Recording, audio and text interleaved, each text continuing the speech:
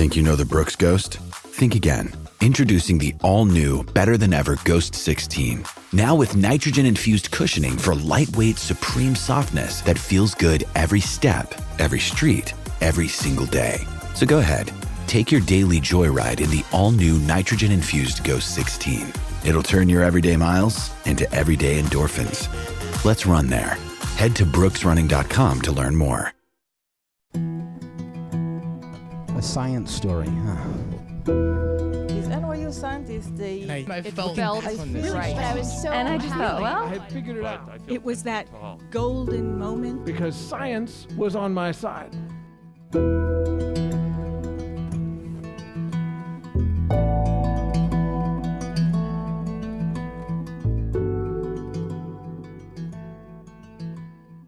Hey everyone, welcome to The Story Clatter, where true personal stories about science help us to discover how weird and wonderful it is to exist in this world and be a human. I'm your host, Misha Gajewski, and today our stories dive into that very human experience of just not knowing stuff. Our first storyteller is the marvelous Connor O'Donoghue. Connor is a writer and performer, as well as runs a teacher training company. His story is recorded at Imperial College in London as part of their Spark After Dark events. And his story is so good. It's funny, endearing, and all about giving yourself grace for not knowing any better. I can't wait for you to fall in love with Connor and his story. Here's Connor.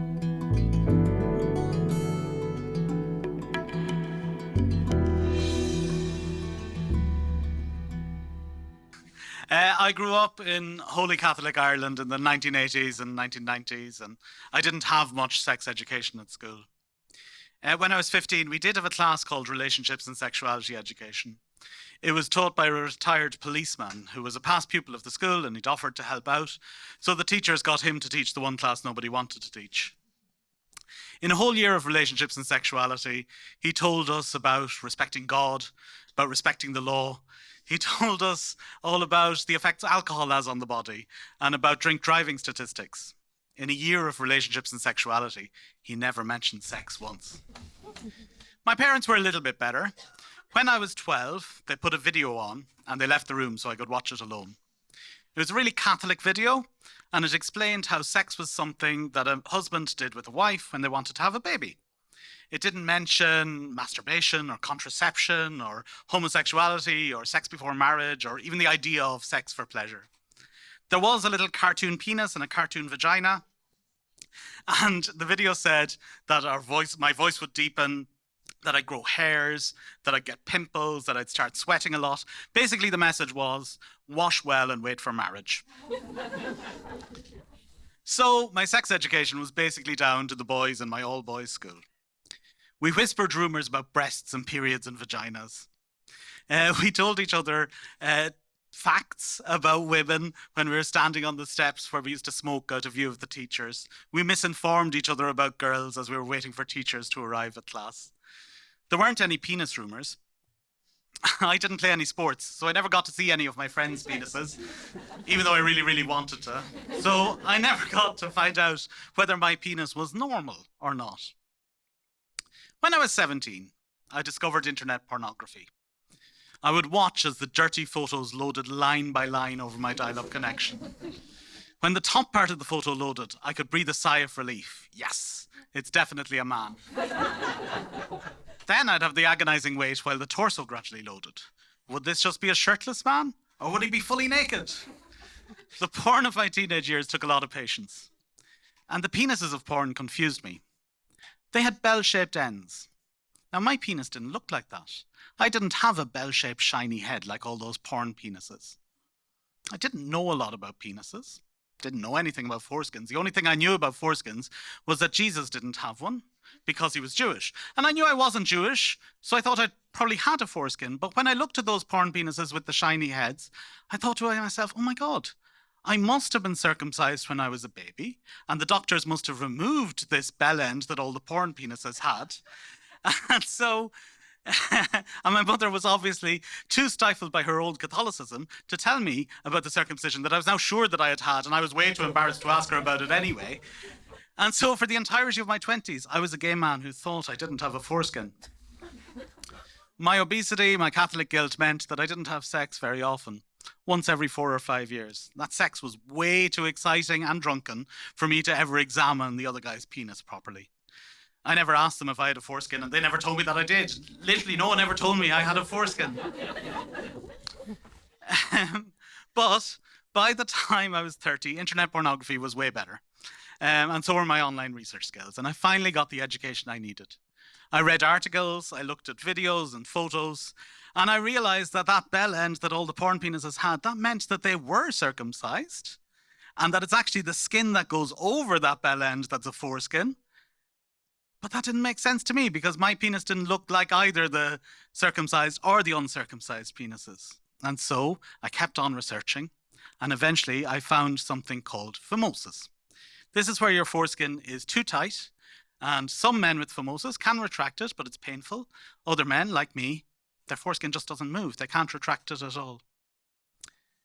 I was puzzled by this new information. I wasn't sure what to do with it. I could masturbate fine. I could urinate fine. Did it really matter that I couldn't pull my foreskin back and see this legendary bell end? That I couldn't see my dickhead? But eventually, out of curiosity more than anything else, I went to a doctor and I asked him. And he said, well, yeah, I mean, you could get circumcised, I guess. But what he said was I needed to focus on losing weight. He didn't even examine me. He said no surgeon would ever dream of doing an elective surgery on someone as fat as I was. This was the kind of response I was used to having from people. It was hurtful, but I was used to people using my weight as a weapon against me. When I was 30, I moved to London. One of the reasons I moved to London was because of all the romantic and sexual opportunities that I was sure a big city like this would provide. I found myself in the world of chubby chasers, men who were attracted to fat men. I weighed 28 stone at the time, and I'd only had 2 sexual encounters in the previous 9 years. I'd spent the last 2 years chatting to chubby chasers online, but I'd never been brave enough to meet anyone. But now I was in London, I was a big city boy, I threw caution to the wind, and suddenly I had a sex life. A glorious, moist, noisy, filthy, life-affirming sex life. These men tried to wank me, they tried to suck me. It felt horrible. I batted them away and I focused on their penises instead. My orgasm could wait until I was at home alone. After I'd been living in London for about 3 years, I had a kidney procedure. Surgeon and nurses were gathered around my crotch because the surgeon was trying to insert a camera up my penis. He exclaimed in disgust, "It doesn't retract at all. I can't even see the glands." You don't know humility until you've had a team of medical professionals gathered around your naked midsection while a handsome young doctor criticizes your penis. It was the first time in my life that I thought, actually, you know what, maybe I should get a circumcision. So I went to my GP and he examined my tight foreskin. At this stage, I was the lightest I'd ever been as an adult. I'd lost 14 stone, and this meant that doctors took me seriously, meant that they took my sexual life seriously. He examined my tight foreskin, and he was just as surprised as the kidney surgeon that it didn't retract at all. He started asking me some questions I really didn't expect. He asked me if urine ever got trapped in there. Obviously not. The hole at the tip works perfectly fine. He then asked me if it ever got caught during sex. He asked me if sex was painful. I didn't know how to respond to that question because it was so new to me. But then I started thinking. I'd always thought that I didn't like men touching my penis because that was just kind of how my sexuality worked. I figured some gay men were like dominant tops and they love using their penis during sex. And I was just a submissive bottom and I didn't particularly like my penis being involved in sex. But when the doctor asked me if sex was painful, a cloud cleared in my mind. Maybe it was the discomfort of my tight foreskin that meant that I didn't like when men touched me. I got the number 59 bus home. I was very emotional and I started crying on the bus. Maybe I could come when another man touched me. Maybe I could have sex just like the other boys. My sadness turned to anger. I cried and I cursed my obesity and I cried and I cursed Holy Catholic Ireland and I cried and I cursed everyone who'd had a decent sex education and I cried and I cursed everyone who'd ever had a mutually orgasmic sexual experience. In the days that followed, I asked literally everyone about their foreskins. No one had ever told me that you need to pull it back to pee. No one had ever told me that children need to practice pulling them back to loosen them. No one had ever told me that you need to pull them back to wash. Now I knew. Now I became a foreskin expert. I don't have a foreskin anymore. The NHS kindly paid for my circumcision in January 2020. I healed really fast. I'm still not 100% sure I want men to touch me there on my tender bell end, on my fresh dick head. But I'm way more willing to try things out than I used to be. No one ever told me I had a foreskin, but now I tell everyone I meet that I don't have a foreskin anymore. You guys, I don't have a foreskin.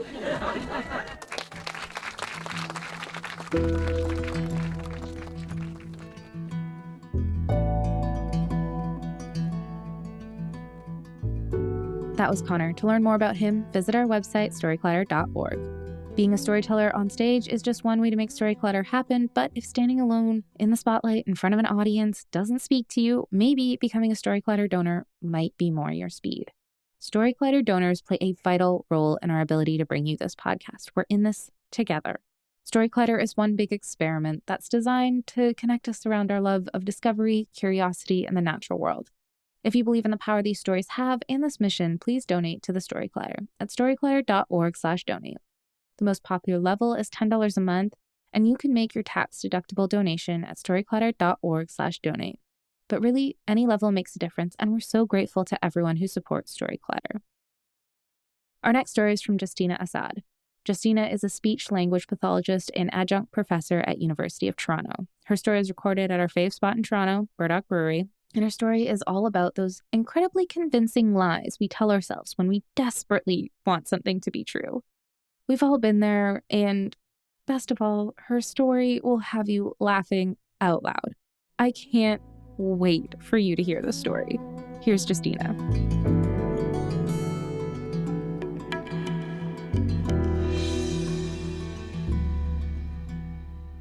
It's 2018, and my family and I are sitting on the beaches of Cancun, Mexico, when a beautiful Mexican man approaches us and asks if we want to go parasailing. So if you don't know what parasailing is, essentially you are wearing a parachute and then you're attached to a boat that goes around on the ocean, and then you have this like hang gliding experience, and it's like a beautiful thing. So we make our way to the shore, where he tells us that we need to get on a water taxi that's going to take us to the watercraft that we're actually going to be doing the parasailing on. So we get on this water taxi, and it's not a particularly like windy day, but the waves are moving and shaking, you know? And my stomach is also moving and shaking. But I'm very confused by this sensation because I've never been on the open sea before. I've never been on the ocean on a boat. My only experience with the open sea are stories from my family. My parents grew up in Egypt, right on the Mediterranean, and their childhood stories were all about boating and fishing and swimming. My sister loves to snorkel. And so you could say that being comfortable on the water is a part of my family history, my heritage, and what is expected of me.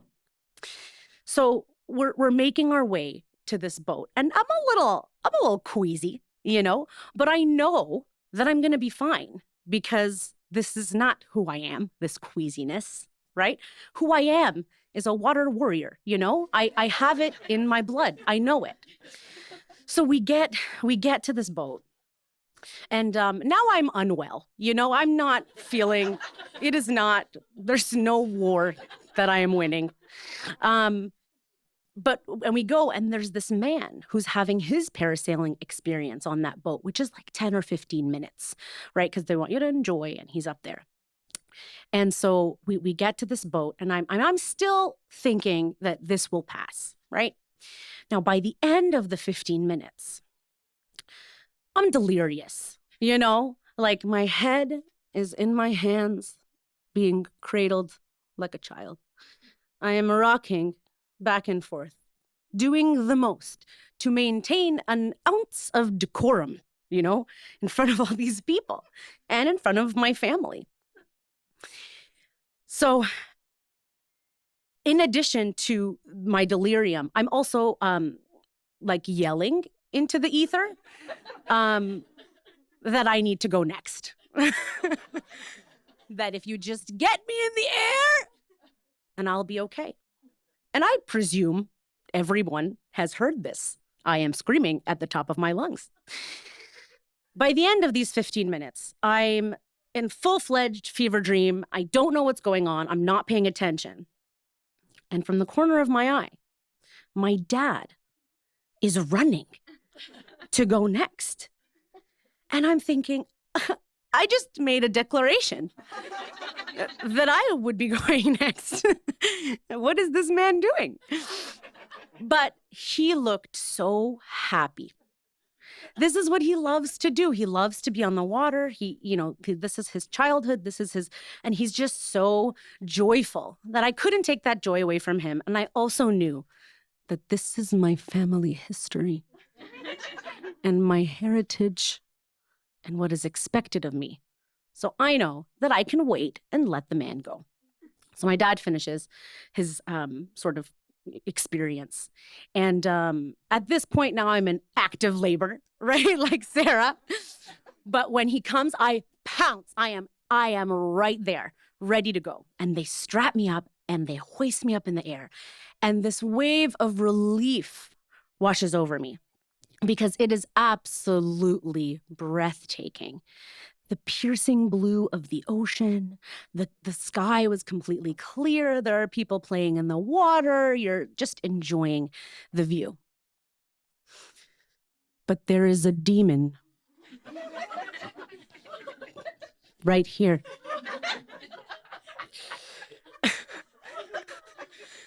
And it's saying, it's too late. You're too far gone. The omelet from breakfast is coming. And you can do nothing about it. And this is the genuine thought I am having right now. Excuse me, demon sir.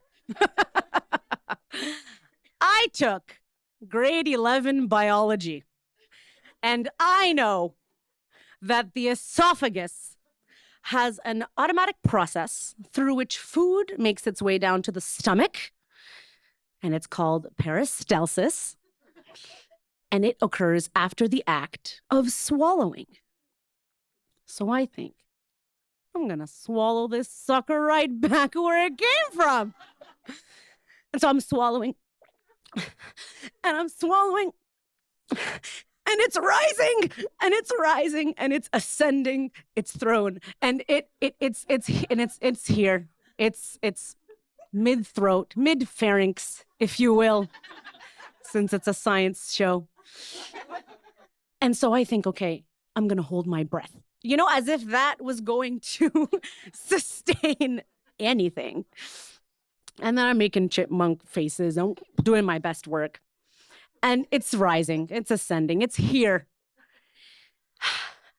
And I'm recognizing that I'm going to have to accept defeat. But just the physics of this situation. I cannot allow this vomit to go straight out and then hit me back in the face. I cannot allow it. I won't allow it. So I think, okay, I'm a genius. Game plan. Here's what we're going to do. We're going to turn our head. We're going to let it go that way. So I accept defeat. It's the grand finale. I turn my head, and projectile vomit proceeds to flow, descends down to the ocean below, and it feeds the fish. And now I'm feeling great, you know? Now I'm at the top of the world, literally. I'm flying. I'm Superwoman. I'm having the time of my life because I'm relieved. And so I sort of looking around, turn my head and realize, oh, that's my cover-up flying in the wind. And it's absorbed all of my vomit. I did not indeed feed the fishes. And so when they hoist me back, they bring me back to the boat, they've got to dunk me in the ocean to clean off my dress. And so ended the most embarrassing experience of my life, you would think. But you see, the beautiful Mexican man had offered us a video recording package. And so this travesty is on tape. Now, I have never seen it. I will never see it. But it's my sister's favorite thing to watch. When she's having a bad day, she'll watch it. So I can live with that. So despite this whole ordeal, I know it's still a fluke, right? This is my family history. So when my dad wants to go deep sea fishing the next year, I'm in. We wake up early, we get some breakfast, we head down to the dock. The guy's telling us about fish, and we're like, oh, okay, great. And we start to make our way to the middle of the ocean. And we're about halfway there when I begin violently vomiting in a plastic bag, over the side of the boat, in a bucket, you name it, I vomited in it. And so, you'd think, okay, Justina, hang up the proverbial fishing pole, That's not for you, right? But you see, I now have recognized what the common denominator is between the first two voyages. 'Twas not seasickness, no. 'Twas eating before said voyage. And so I thought, logic asserts that you can't vomit if there's nothing to vomit. So when my sister wants to go snorkeling on the Pacific Ocean the next year, I am in. And so we, again, are getting ready in the morning, and I fast the whole day. We get on the boat, and we make our way to the middle of the ocean. Fun fact about nausea. You don't have to have anything in your stomach to be retching in a tiny toilet in a boat on the Pacific Ocean. And I learned that. So, you're probably thinking, okay, this girl's a little crazy, right? She's, this like delirious insistence that I must become a sea monster is insane. But it's my way of connecting to my roots and to my family. You see, my rational brain says motion sickness can happen to anyone. You just have motion sickness. But my emotional brain is telling me, you must fight it, because this is how you're going to get close to your Egyptian roots. So I went to my dad and I said, what do you think about your child being so inept at what should be in her blood? And he goes, well, you didn't grow up there. You didn't really have these experiences like we did. I don't really expect much from you in that sense. But I think this idea of identity and trying to connect to your roots is something that a lot of children of immigrant families experience. And I think we get to choose how we want to connect to our roots. And so no matter how many times I regurgitate my buffet breakfast, being comfortable at sea is part of my family history and my heritage, and it's what I expect of me. Thank you.